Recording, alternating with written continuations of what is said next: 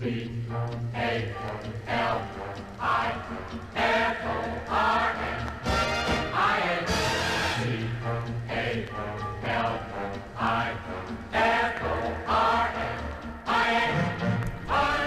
to the Free the Bear podcast, a podcast devoted to California independence. My name is Bill. In this episode, my co-host Forbes and I talk with an ambassador. That's right, we're big deals now because we talked to an ambassador. The ambassador of the Republic of Cuba to the United States, Jose Ramon Cabanas. You can call him Mr. Ambassador, the ambassador, whatever. It was a big deal to us. I feel very important, and it was super educational. He was a super nice guy. We talked about Cuba's response to COVID-19. We discussed the history, the current situation with America, the politics involved, and we hit some various other subjects. It's a very good episode. I learned a lot from His Excellency. So once again, thank you to the ambassador, Jose Ramon Cabanas of Cuba. So please sit back and enjoy, and as always, Free the bear. Grrr. So I guess the first question I'll ask you, just because it's topical, what has Cuba done differently than the U.S. when concerning COVID-19? And what basically have been the methods you guys have used for like treatments and what have you? Well, first, thank you for the invitation and for having me. But to react to your first question, only to respond to that question will take like an hour, if we go in detail. But let's summarize. First, we have to think that we are talking about two completely different public health systems. If we compare with the United States or other countries. We have a service that is provided to the whole population, is free, where the communities are involved. Probably you know about the presence of the family doctor every some hundred families in Cuba. There is just one national system. Then all hospitals and clinics are interrelated. They share information. They belong to just one structure, which is the Cuban Ministry for Public Health. Then that provides you a comparative advantage, if you wish, in terms of how the system is structured. And by the way, it is supported not only on the Cuban School of Medicine. We create our own human resources to provide to that system, but also on a national industry to produce biotech products and other health-related products. Those are our strength. We are not dependent on any foreign source to do that. And we have performed a lot of research. We have been able, for instance, to produce a genetic map of the whole population. In many countries, when you talk about the impact of a particular disease on the population, is because you have samples. In our case, when we say that there is an impact of 20% of our population, is because we have surveyed 11 million people you have in Cuba. We don't work on samples. Our sample is the whole population.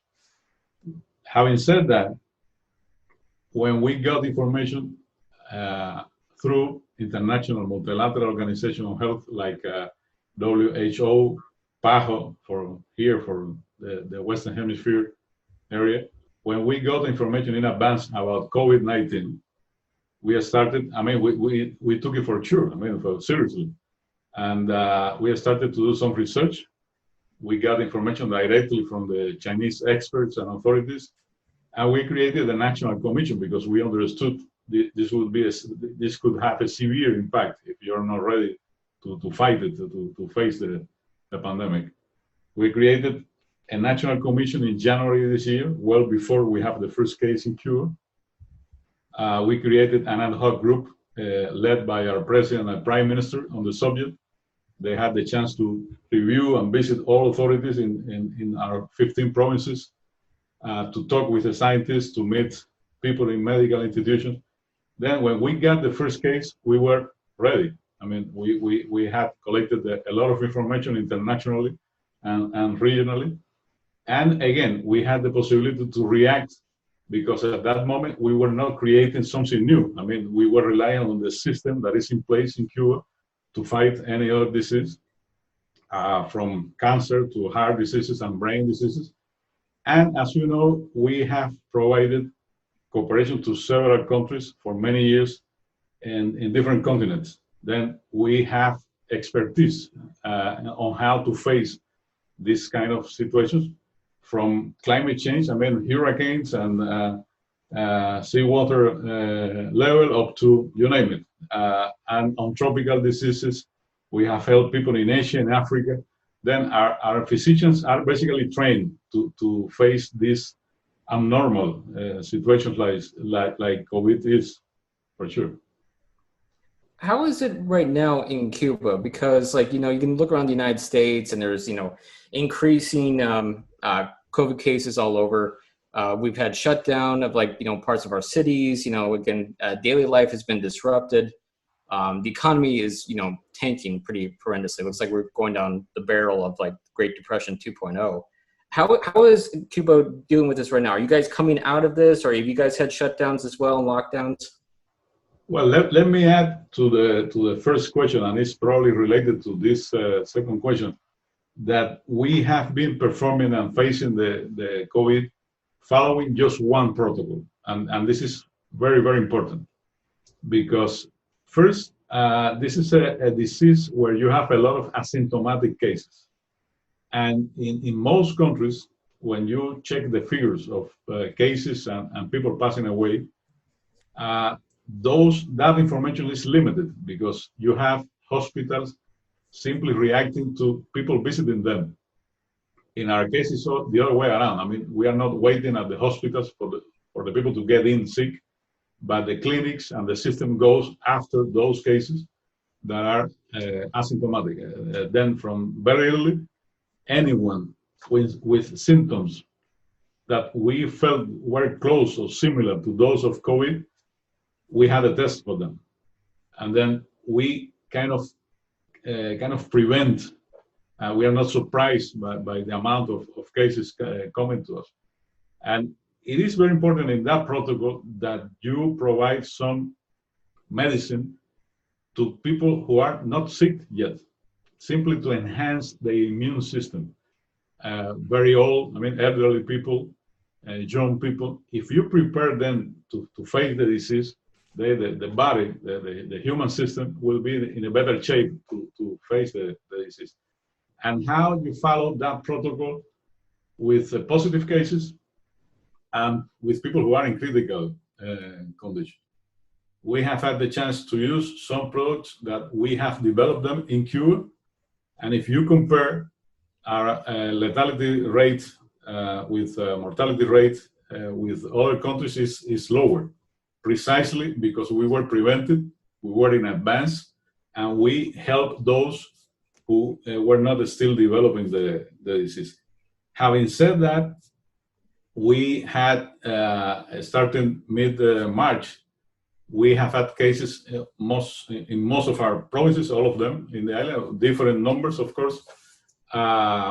We were able to think about reopening and recovering from the quarantine and other measures that we had to take. As you know, we canceled international flights, we canceled local transportation. I mean, we decided and to educate people as well, because you cannot move forward with this kind of diseases if you don't educate your population, if you don't explain them what to do and what you don't need to do. We limited public gathering, religious services, I mean, many things, but people basically understood and they were cooperating, as they have done before in previous situations like this. And then we dreamed with the reopening, and by the way, on July 20th, it was the first day when we had no cases, I mean, zero. That's great to hear. Congratulations. Well, thank you very much. And that gave us the possibility, I mean, checking the situation on every province, reopening by we call phases, phase 1, 2, and 3. And we started that procedure. As we speak, regrettably, we had to go back to the quarantine situation only in Havana city. I mean, it's the capital city, is the largest population by Cuban standards. And regrettably, it seems like not that we went too fast, but regrettably, we didn't have the support in some areas of people that were celebrating quite fast, going to beaches, family reunions, things like that. And then when you have one case, but you can contaminate, 30 or 40 people. And then in Havana, we had to move back. We went to the specific places where we start. We know that we can track, because so far, more than probably 90% of our cases, we have been able to trace them and to know how they got infected, and then to locate where the focus areas that we have to take as specific measures there. And it is, and you have been following probably some reports that they talk about the spikes in Cuba. When we talk about the spikes, is 30, 40 cases a day, nothing compared to what is going on in other places. Yeah, no, I mean, it's night and day, really. I mean, the easiest way to put it. Just as kind of like a segue here, relations have changed. I mean, before, I think it was the last time there was an official Cuban ambassador was 1961. Yes, well, physically in Washington, 59, because our ambassador returned and relations broke up in January 61. You're right. Okay, so how is it different now? Because it seems like there's a little confusion. I mean, Obama rolled back a lot of things, and there was kind of a thaw during Obama's period. And, Trump kind of put back some things, but it doesn't seem like it's gone back to the Cold War era, so to speak. Well, that depends on what do you name as Cold War, Okay. First, it's important to understand that the most important, I would say, pillars of the U.S. policy towards Cuba after 59 has remained the same. And I will go briefly through the Obama administration, but remember that what you call embargo and we call blockade is untouched, is there. Mm-hmm. The many plans, the programs you have funded by your federal budget, the so-called regime change programs, were there, and they were financed all those years. The illegal presence of the United States in Guantanamo Bay remained there. I mean, if you go through the most important pillars of what has been the U.S., I mean, as an state, the United States of America policy, official policy towards Cuba, the most important pillars were there. Now, what happened during the Obama administration? Well, before Obama, you had a couple of other administrations that believed that probably to get into the same objective, which is regime change in Cuba, you could have a mixture of embargo, tough measures, and at the same time, some opening.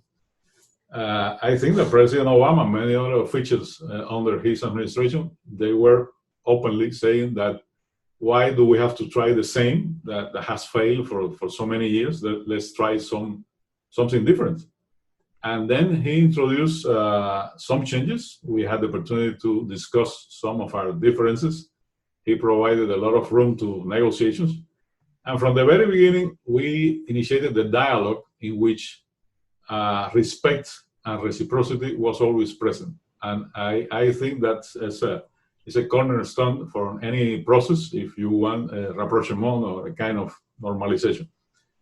Although we had progress and we addressed many of our differences, and it's a fact, again, the pillars of that policy remain in place. And we had a lot of debate about embargo, because there are different approaches about the blockade and embargo, how it could be overturned, how it could be modified, how he could be emptied of content.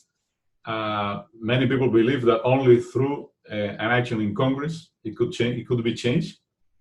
Other people, other experts, and myself, I believe that from the executive powers, you can introduce several changes, and you can vacuum, the embargo of any meaning at all. But again, this is a debate. The Obama administration moved forward up to a point in which they considered they were not violating the law. But it's important to remember that under those circumstances, we were able to address a lot of subjects. We signed 23 MOUs, covering from public health to environment to fisheries to agriculture. That is one very meaningful for our two countries on law enforcement, going from cybercrime to migratory fraud to judicial cooperation. And during the Obama administration, and before, of course, a lot of federal agencies realized that it's better to have Cuba as a partner. I mean, if we are talking about drug interdiction, well, we are neighbors. And your experts on the subject, they know very well the meaning of not having the cooperation from Cuba, because you have a very large southern coast. We are in the middle of the Caribbean, and if we cooperate to fight and to perform drug interdiction, that's for sure. If you talk with your experts on hurricanes and storms, they collect a lot of data from Cuban experts as well. How you can be able in Florida or southern states to make to prepare a forecast if the information that Cuba could provide is missing. Not to talk about fisheries, climate change, many others. And we can talk later probably about public health, the potential that the many hospitals and clinics and research institutes in the United States they could have in their work against cancer and against diabetes and many other diseases if they would be able to share knowledge with Cuban counterparts. Now, what happened during the current administration? Well, almost complete setback. The official exchange, the official dialogue was basically canceled, not from the very beginning. I mean, we had basically the first year some technical exchange on specific areas of interest for this government. We have still embassies on both capitals, and they realize that they need to have those offices because there are some urgent subjects that they have to be addressed through your diplomatic bureaucracy, your officials on both capitals. But most of the exchange, not only official exchange, but exchange through universities, through research centers, people-to-people exchange, which is the most important probably part.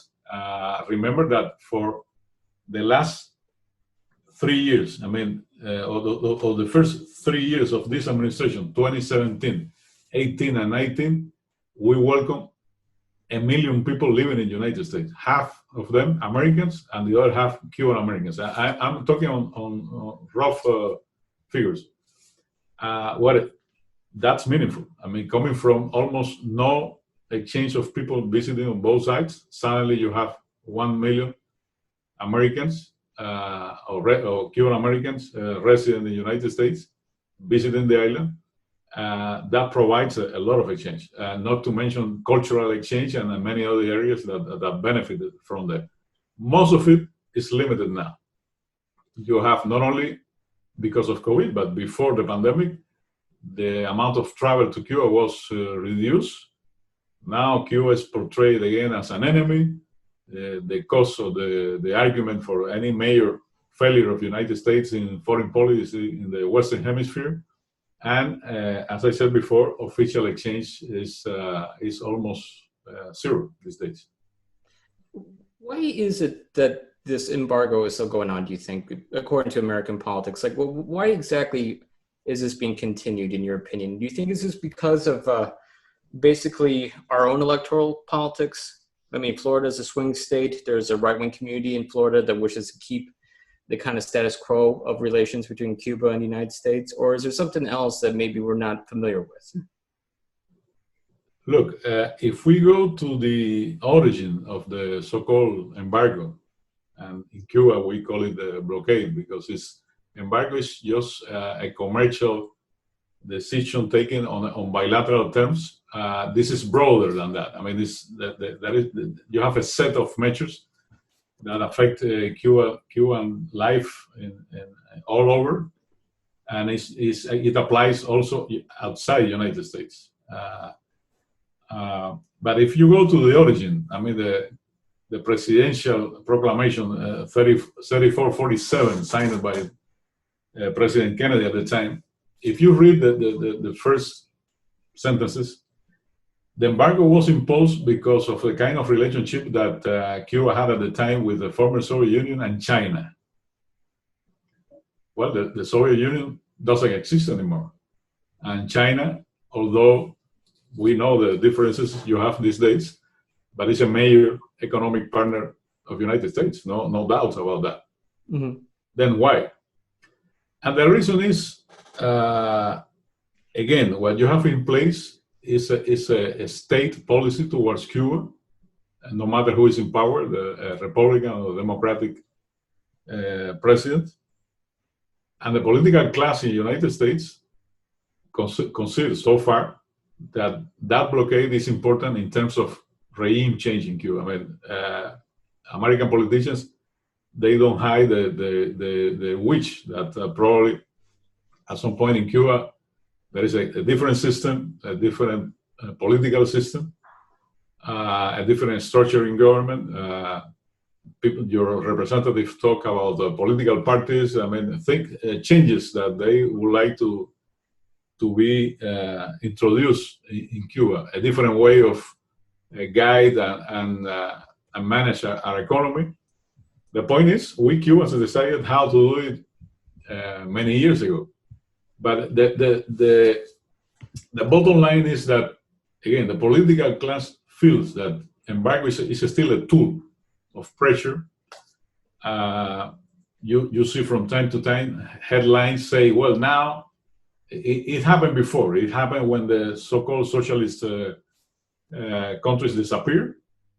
It happening now under the pandemic, but now Cuba is under a severe economic crisis. Now is the time you will see the changes. And what do? They reinforce. They not lessen. They don't not reduce the amount of measures. They reinforce the blockade. What they did back in 1992, the so-called Torricelli bill, and in '96 the Helms-Burton legislation.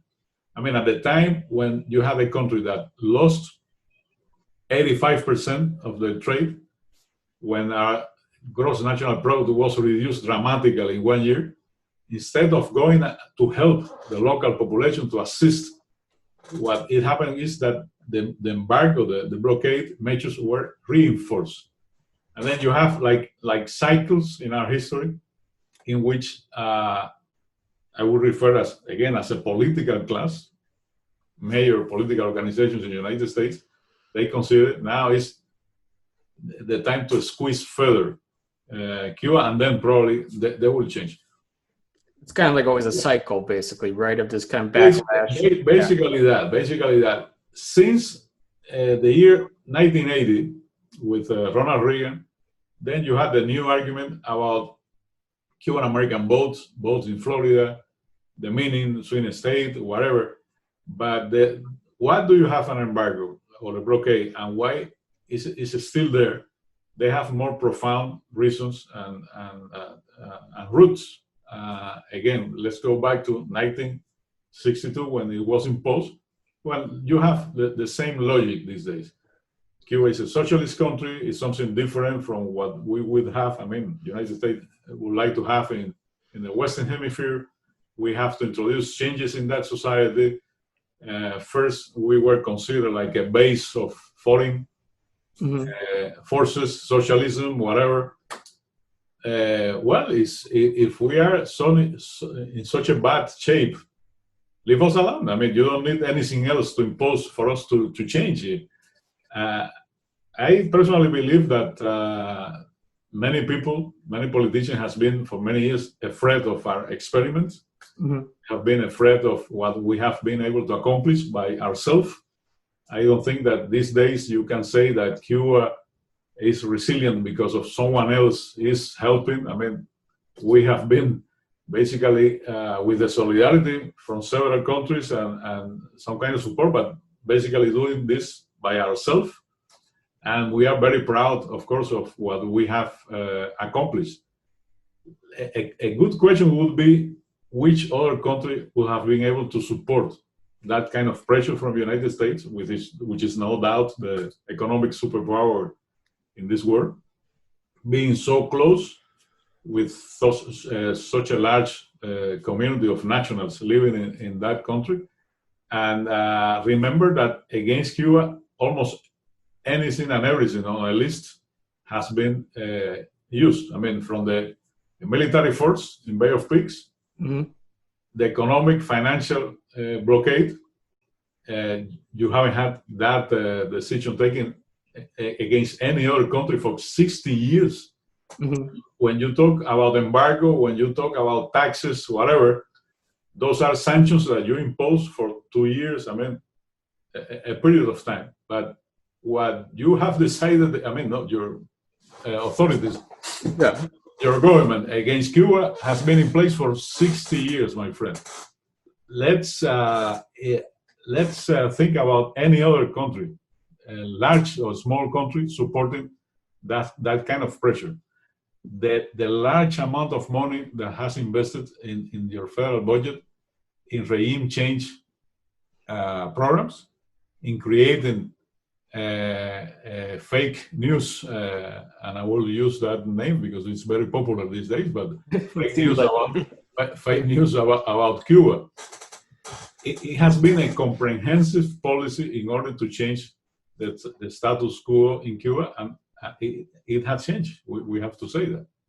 Absolutely. I mean, I think it's very, it's important to emphasize, actually, I believe you're totally right by saying blockade, because a blockade is a different thing from embargo. Blockade is actually an act of war, basically. Any other country, I mean, Cuba is a much smaller country, so it's never gone officially to that point, but unofficially, yes, it's always been happening like that.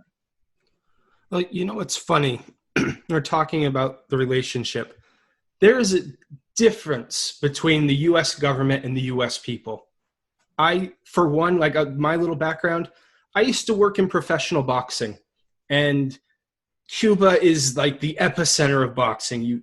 Cubans play baseball, your food, your nightlife. You guys are our brothers and sisters. I just wish we could get our government, the U.S. government, to work with you guys and to have an open, free relationship. The Cold War is over. You guys are not a threat to us in any way. We've done way more damage to you than you guys will ever do to us. What kind of economic boom would it be for you guys to have an open relationship with the U.S.? And what could the U.S. get out of a relationship with Cuba? Before responding to your question, just to go with one of your arguments, I have some figures here. When you say the difference between your people and what the government has in mind, I definitely agree with you. During the last 3-4 years, we have seen 21, not one or two, 21 resolutions passed at local legislation, I mean state legislation, or city councils, 3 state senates, Alabama, Michigan, and Minnesota, 1 state house, Minnesota, 15 cities, Berkeley, Brooklyn, Cleveland, Detroit, Hartford, Helena, Meridian, Minneapolis, Oakland, Pittsburgh, Richmond, Sacramento, San Francisco, Seattle, and St. Paul. We are talking about cities, I mean the council passing a resolution to change the kind of relationship with Cuba, to lift the blockade, and the last 4 considering also public health and how to fight together the COVID. Then, not to mention that simply the polls, the surveys that are frequently conducted in the United States from universities, research institutes, when they say openly that the majority of your population looks for a different kind of relationship with Cuba, including Cuban Americans. I mean, Cuban Americans is not a separate subject here, but most of your population from California to any state would like to have the kind of relationship that we minimally enjoyed during 2015 and 16 and even 17 and 18. We will both benefit it, and we know that, and your people know that. Even your people in this bureaucracy, not to mention the previous bureaucracy, but people in government these days, in many agencies, and people simply in the streets. Remember that only 2 years ago, the Kennedy Center organized the largest Cuban fest ever organized outside Cuba. You have more than 400 Cuban artists from the island and Cuban artists living abroad in the United States and other countries. You never had that before. And who benefited? Well, the American public.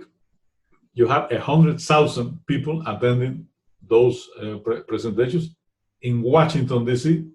during the current administration. That's a very large message. All these years, we have had several Cuban artists, individuals, or groups coming to the United States, and the same way we welcome them in Cuba, of course. Universities going to Cuba. I simply cannot tell you because I don't have the numbers. I mean, we have, as an embassy, we connect the dots, we facilitate contacts in Cuba, but as soon as an American university, in some cases, systems like Berkeley University System or the New York University System of universities, sometimes there are more than one, and they go there as a cluster, and they sign bilateral cooperation. How many American students going to Cuba for 1 year? We have graduated for free at the Latin American School of Medicine 200 American physicians for free. I mean, people coming from low-income communities to Cuba since the year 2000 until today. And as we speak, you have 70 of those young students in Cuba studying medicine. The way we can complement each other, of course, our economy would change, but I can tell you, your economy, at least in some states, basically states to the south, could benefit from that. Your farmers, they know, and they have visited Cuba massively to introduce projects to yes, some kind of cooperation or even trade. Because let's say that even during the best moment of our rapprochement, 2015 and 16, we never had trade as such. I mean, we were able to import some American communities under specific regulations and always with a license from Treasury Department. And you were able to import a few very well counted Cuban commodities in very small quantities. Then, during the last 60 years, we never had the chance to have real trade. Consider trade as you sell and I purchase and the other way around. How many producers to the south of the United States could benefit? I mean, it's endless if we were to consider the way our economies could complement. Of course, we realize we are not the size of China. I'm not saying that, it would be the difference between day and night.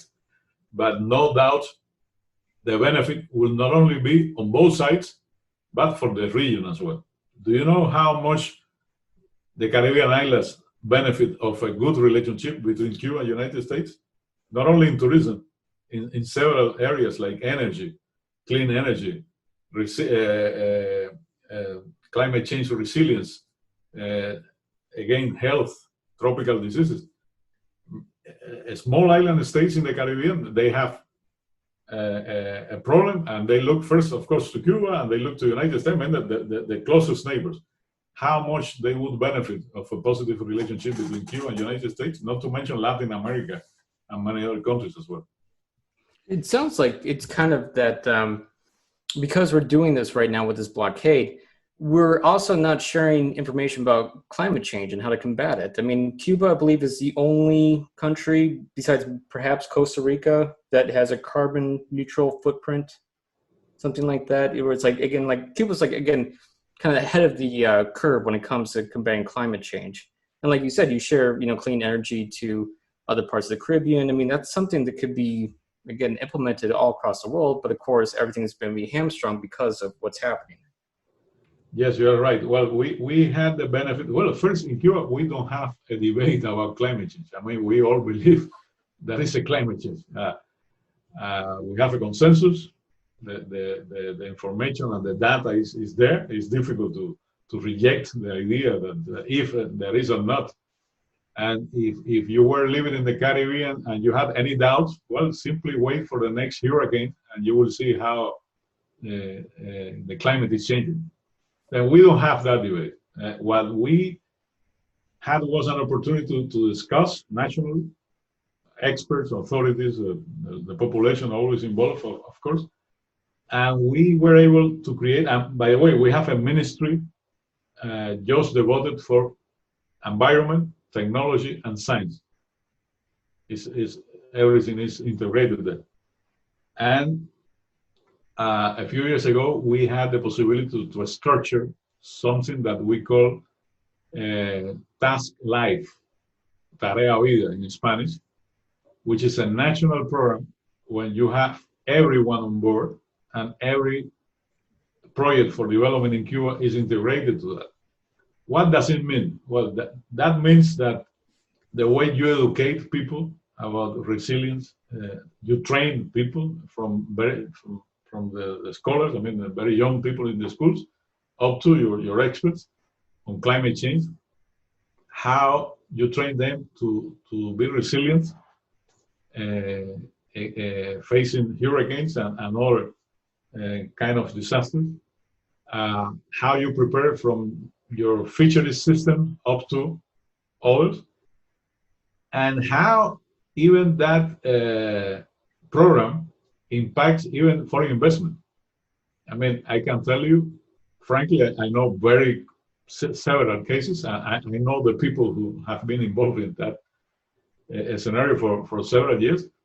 We have received a meaningful proposal for foreign investment in Cuba, and it hasn't been approved. It hasn't been approved simply because of what is written on that project. Let's say a large investment to build a hotel or a processing plant in one area in Cuba that we know we need to protect. I mean, we cannot build there because it has an impact on the duna. I mean, the sand that is there, because it has an impact on a peninsula. It could pollute a river, things like that. Then we respect forgive me for the comparison, but it's like our Bible for climate change. We follow the principles that are there. If you ever visited Varadero, one of the most renowned beaches in Cuba, well, believe it or not, but we have destroyed facilities that were there for many years. We removed them inland and we built the facility somewhere else, simply to protect the beach. What does it mean? Well, we receive the impact of a major storm or a major hurricane. We have floodings, and let's say that a small village is affected, or in some cases are destroyed. Usually people rebuild at the same place. No, we don't. If this is a village that it was too close to the sea line, we build those houses inland, and because we know that the next hurricane, the next storm, the next tide change will affect again and will destroy everything that it was built there. Then we have that guide, we respect it, and we treasure those principles, and we follow them simply. How has U.S. consumerism and our lack of environmental policies affected Cuba? Well, difficult to say. I actually don't have enough data on that. What I can tell you is that no matter what, if the current policy has been in place, experts have had the chance to communicate each other. And they know what we are doing. in some cases, not only people related to government, but NGOs and foundations, they have visited Cuba. And what I can tell you is how many things we have been able to build together and to create together.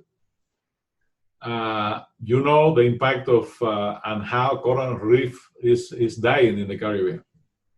Well, I'm very, very proud to say, anytime I have the opportunity, that American experts, jointly with Cuban experts, they now manage a technique, unique technique, to rebuild the coral reef and to plant coral in the Caribbean Sea and to recover it.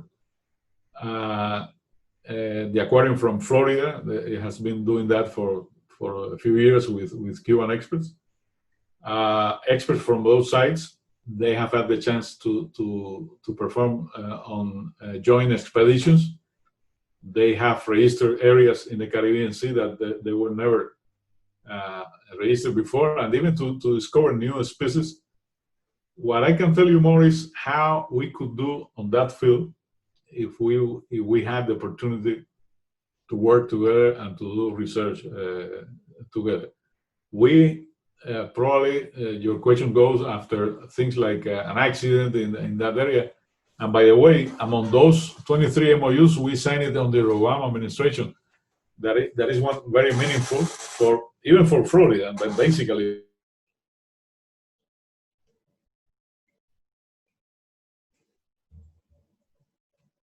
with an engine on you, whatever happens, and when you're facing a storm or something, you have a few minutes to be recovered from forces from the United States or Cuba.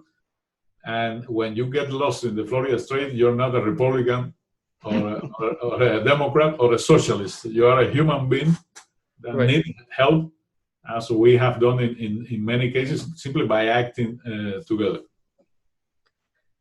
I think also part of the problem that we're having is that, you talked about political differences, Democrats, Republicans, and socialists.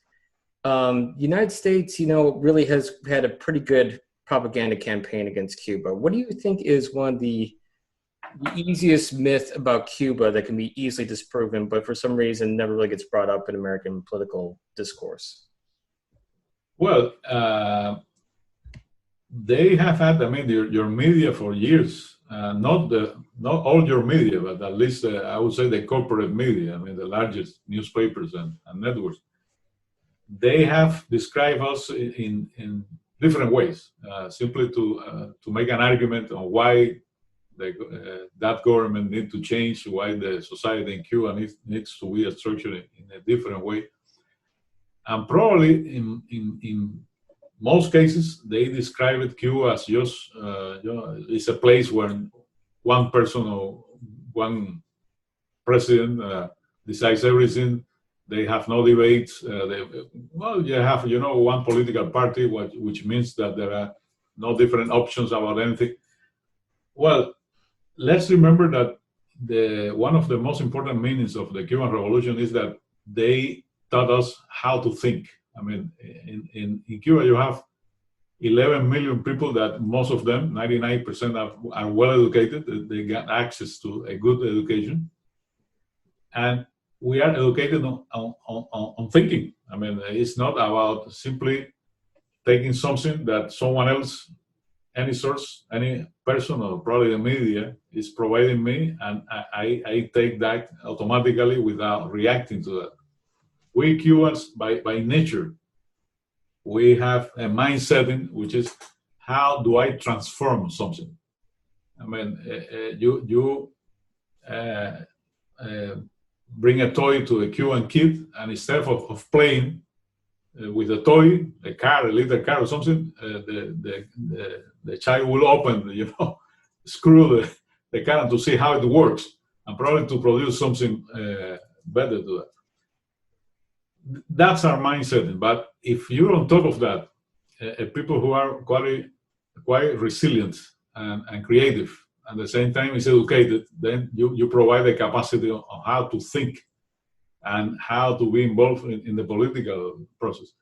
And we have a saying in Cuba that tells you that you have two Cubans and you have three opinions, which means that to get together 11 million people to support one particular cause or one particular objective is not an easy task.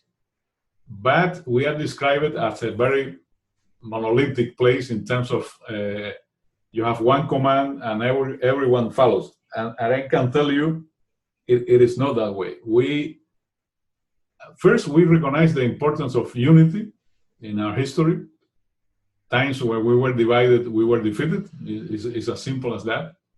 And the creation of one political party in Cuba and the integration of the political forces, well, when you check, when Jose Marti was fighting in Spain and he was fighting for the Cuban independence, he created not just two, he created one political party. I mean, Cubans needed to be unified.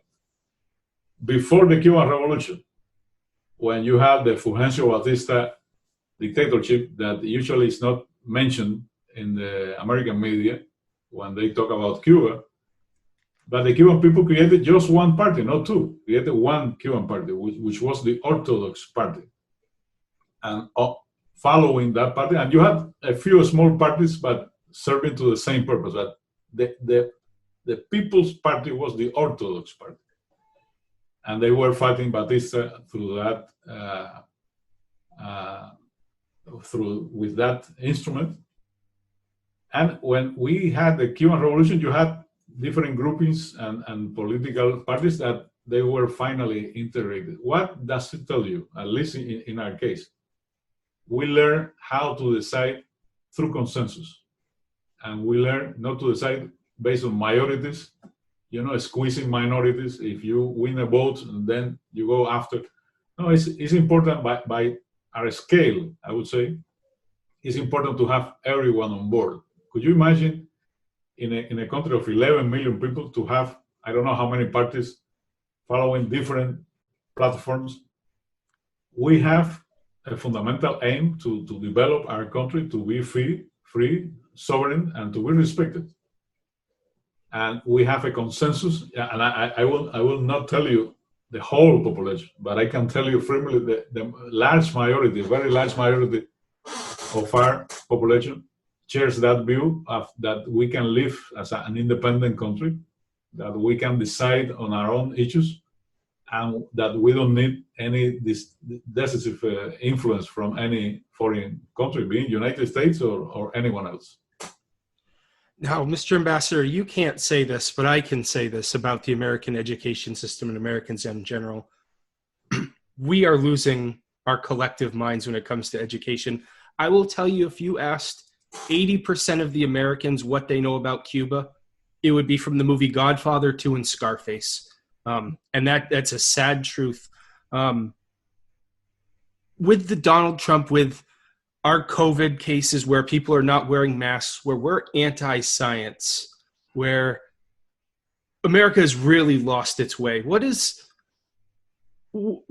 do you think the average Cuban thinks of Americans and America as a system right now? Well, let me respond to that with an anecdote. Sometimes we are asked how people in the street, I mean, the regular people, not diplomats, but or people in government, how they reacted to the announcement that we were reestablishing diplomatic relations. Well, I can tell you, everyone in Cuba, people who support our process and people who don't support the Cuban Revolution, and we have some, they basically say, well, finally, they recognize us that we are a country. Finally, they are dealing with us with respect, with reciprocity. Then, for Cubans in general, the United States is a neighbor, is a very large country, strong, I mean, from the military point of view, very strong power. For many generations, we had to think in our development, considering the impact from the United States. Remember that this equation goes back 150 years ago, I mean, since we were fighting Spain, our patriots, our founding fathers were looking to Spain, but also at the same time, when and how United States will come to try to dominate Cuba. If you read Jose Marti Piz's national hero, he was always fighting Spain, but on his last letter, his political testament, he was saying, I was looking for Cuban independence to prevent United States from coming and to exercise dominance. And I had to do it in silence, because at the time, we had already, by Cuban standards, a large Cuban population in the United States, in Florida. Florida was a colony under Spain, and Cubans moved freely to Florida as they did with Yucatan. To live in Cuba and in the island, to move around in those Spanish possessions was not a crime or things like that. It was very, very normal. Then the point is the development of United States and even independence of the United States. And by the way, this is a very interesting history. You know, the way Cuban patriots helped American patriots to become independent from United Kingdom, the same way American patriots helped Cuban patriots to fight against Spain. And there is a name mentioned several times these days, Henry Reeve, because it's related to Henry Reeve brigades, those international brigades that Cuba sends to other countries to help fighting many diseases, and now COVID-19. But Henry Reeve was an American patriot, came to Cuba to fight Spain. He became brigadier general. I mean, it's a very well-known Cuban-American, in this case, American-Cuban patriot. And it's an example. But you have many others. I mean, you have Juan Millares, who was a personal friend of George Washington. And he died at George Washington's house, and he was dealing with the whole family. And like that, you have many stories. And at the beginning, you say that many people, and you were right by saying that many people in the States feel that we are not only neighbors, we are friends, and we are family. And they are right. When the slaves ships came from Africa, remember that they stopped first in Havana, and then they went to Florida and the Carolinas, and the families, I mean, the families of African origin, they were divided. And then some relatives were left in the island, but some others went to the United States. 4 or 5 generations later, they are a family, although they are living in completely different places, absolutely. It's an interesting history, you know, and it seems very interesting that it's like there's been a long history of Cuba acting internationally and kind of thinking on a world scale. You know, I was reminded about the intervention in towards South Africa that helped end apartheid. A lot of people don't really understand that history, even bring it up in the United States, how important the Cuban intervention was. Well, I wouldn't call it intervention. First, our solidarity is based on a sentiment that what we are today, Cuba, the country, what we are as a society, I mean, our population, the many influences we got from all over the place, from Africa, Europe, of course.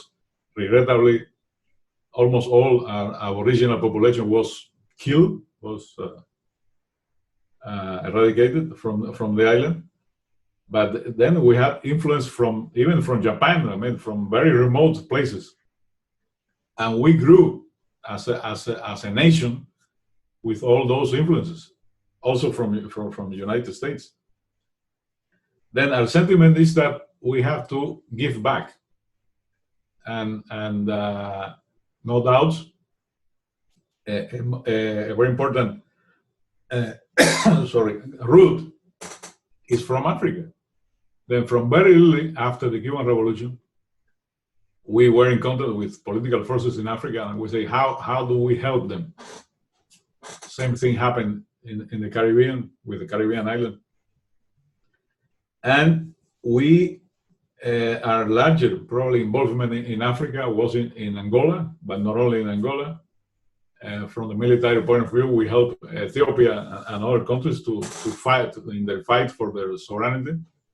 In the case of Angola, the enemy was basically the apartheid regime from South Africa. They were occupying the south of Angola, as you know, but also Namibia. And as a consequence of our presence in Angola, Angola was able to remain as a sovereign country, but Namibia was benefited as well as part of a negotiation process that brought peace to that part of the continent. And our involvement in Africa has been for many years, providing health to that continent, helping them in many areas like education. We have helped to create human resources in Cuba. I mean, many Africans. You travel to Africa now and you will meet several ministers from different governments who became doctors or engineers or lawyers in Cuba. And in a few countries like Gambia, they never ever had a faculty of medicine in Gambia. No colonial power had the interest to educate physicians in Gambia.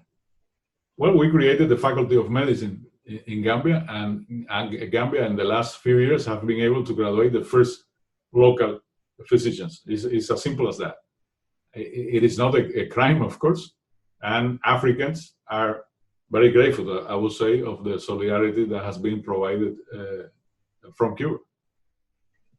I think that's a great note to kind of end on. It's just, especially in California, you know, we're always looking to be more international and have more solidarity around the world. I think a lot of Californians have that kind of mindset. So again, very much appreciate your time, sir. This has been quite a very good meeting, and again, very much appreciated. I'm going to go as far as say it was an honor.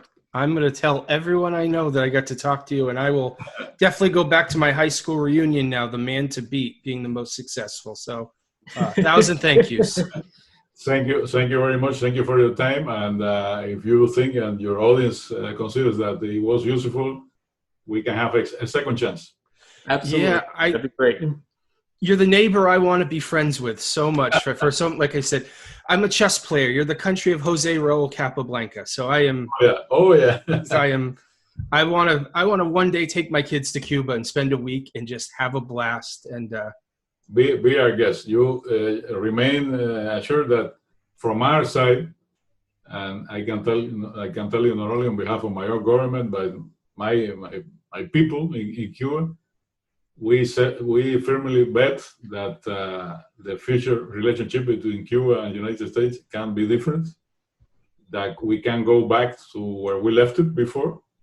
I'm not talking about any specific government or any specific president, but in historical terms, we know that we had a chance, that we can have a chance, and we have to address those subjects. And I mentioned several times the blockade, but all other subjects that prevent us from having a normal relationship. We will still have probably our differences, the same way you do with other countries, but it's important that we address some issues, and it would benefit our populations, and as I said before, the region as well.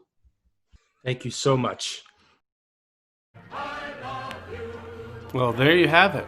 Another episode of the Free the Bear podcast. Thank you very much for listening. If you can, give it a thumbs up. Even if you didn't like it, give it that good old thumbs up and subscribe. I'm very old, but I've been told there is a bell that you're supposed to push or ding or something. So do that. For more information about the California National Party, go to californianational.party or on Twitter, vote_CNP. And in conclusion, Free the bear. Grrr.